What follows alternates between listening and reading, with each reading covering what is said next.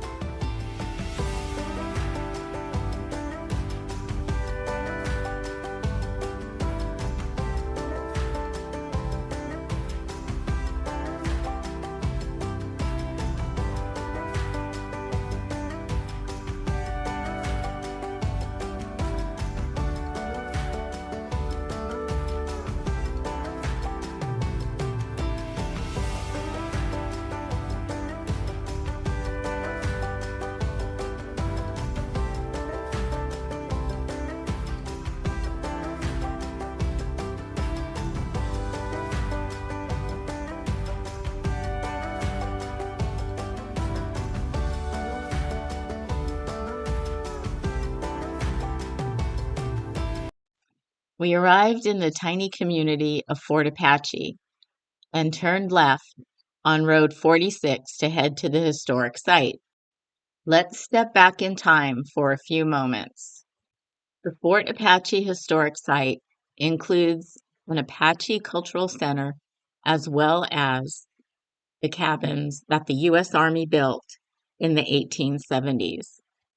There isn't a fee, and this place is definitely well worth a visit. Photography wasn't allowed in the Cultural Center, but they do have many exhibits of Apache history and life and dress, as well as many original artifacts. The cabins include storyboards about the U.S. Army's time here in the late 1800s, as well as some furnishings. It's so interesting to see what life might have been like back over 100 years ago. The two-story cabin was made into a restaurant and gift shop. Stop in for a beverage and a snack, and check out some of the beautiful Apache arts and crafts. After we walked along the row of cabins, we decided that we also wanted to see the Kinishba Ruins, which is another site about 2 miles down the road. It requires a pass that you have to get at the Apache Cultural Center. There is no fee for this either. We headed west again on Route 73. I was really eager to see these ruins, even though it meant a 2 mile long drive over a bumpy dirt road.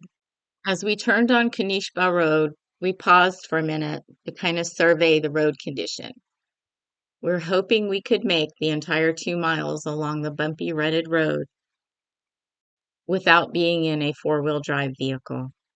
We decided to try it. It hadn't rained in a few days, so we thought it should be okay. Here we go.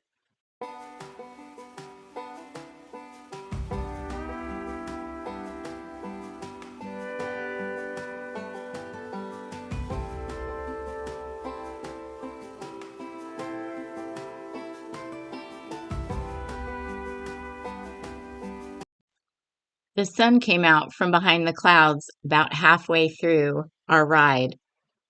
We encountered a fork in the road and decided to stay to the left. Hopefully, this is the right way.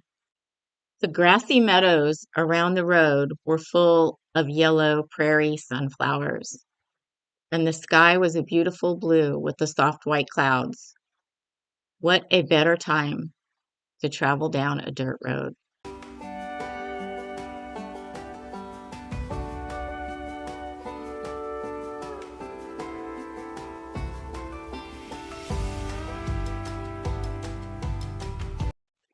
A little while later, we encountered some horses grazing in the tall grass. What a surprise! The best things are found along dirt roads.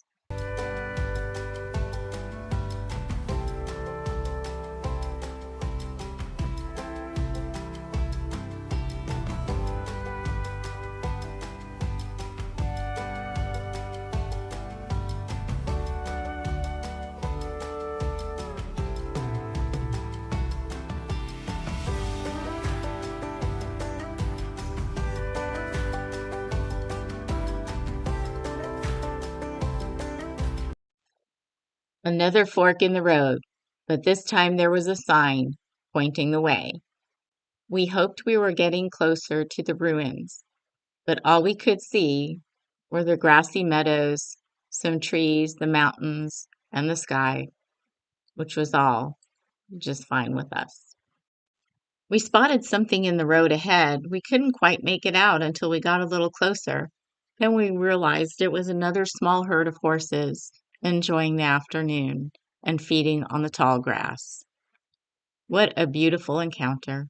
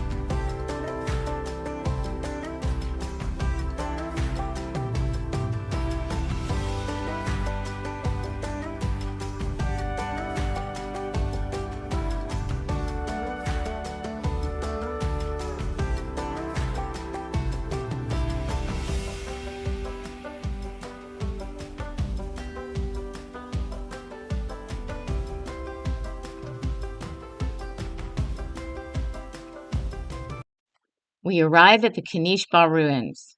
It's a short hike from the parking area to the actual ruins site. I decided not to take the GoPro, but only my cell phone. We were the only ones there that day, and it was so peaceful and quiet. Old Man and Old Blue stayed by the truck, and I entered into the site alone. About halfway along the path, there was a large shady oak tree with a bench beneath it. I kept going. The ruins were visible in the distance, and the path was very, very narrow with tall grass along the sides. I came to a small paved area with some more benches and a plaque stating that the ruins were established in 1964.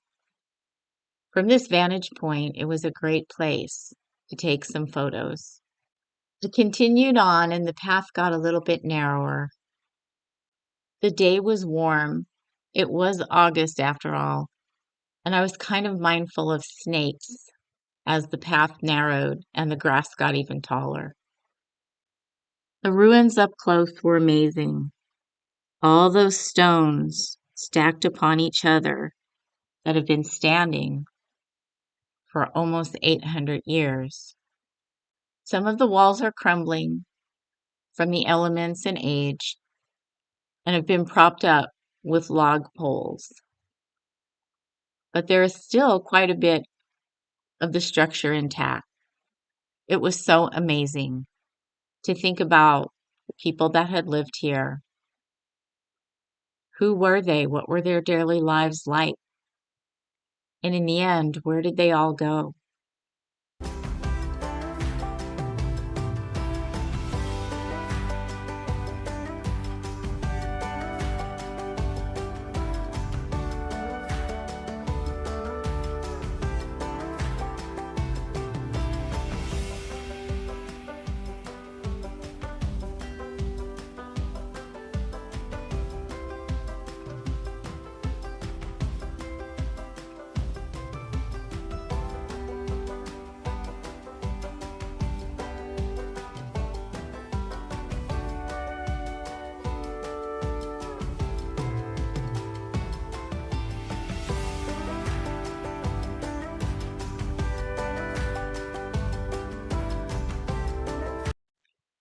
It's time for us to complete our adventure along Route 73 for today.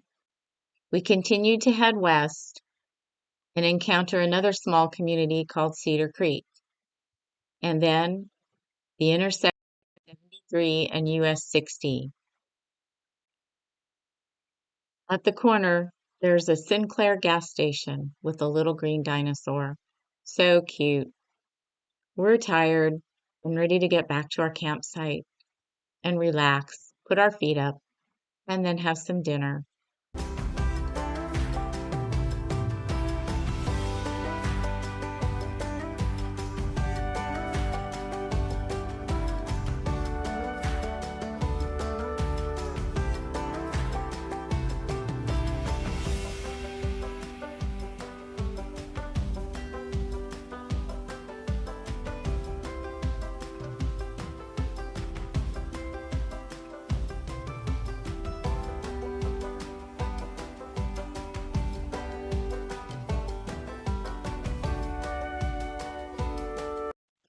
Thanks for watching.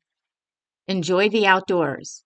And remember, wherever you go, leave that place better than the way you found it.